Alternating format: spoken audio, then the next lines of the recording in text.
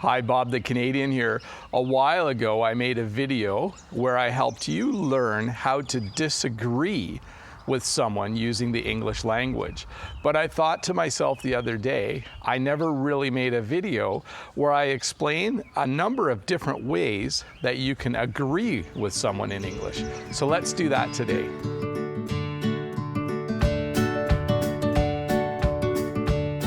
Hey, welcome to this video. If this is your first time here, don't forget to click the subscribe button below. And if you find this video helpful, give me a thumbs up somewhere along the way. Well, in today's video, I'm going to help you learn 5 different ways. This is part 1 of a 2-part series. I'm going to help you learn 5 different ways to agree with someone in English. One of the first ways to agree with someone in English is to simply say, I agree with you. Now, there's a number of different ways to say I agree with you. You could say, I completely agree with you. I totally agree with you.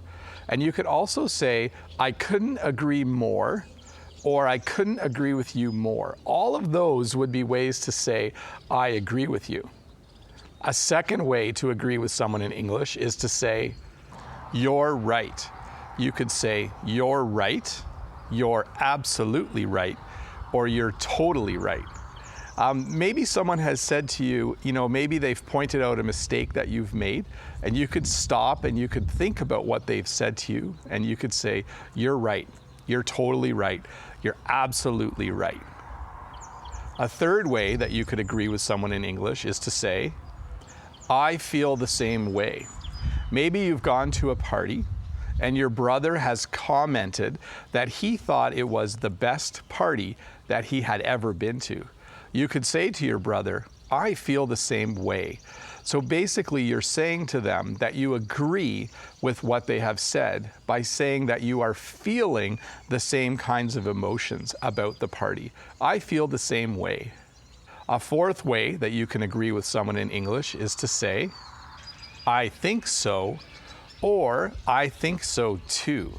So basically, a person is saying that they think a certain way, that they're thinking a certain way about something. Maybe they think that their car is broken, and you could agree with them by saying, I think so too, or I think so. And you could also say, that's what I was thinking.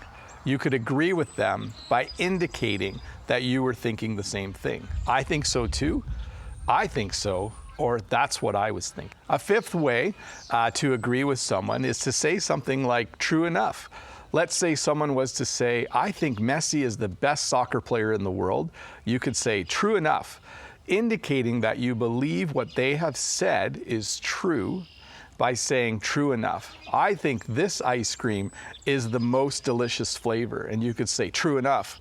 Well, that was 5 different ways to agree with someone in English.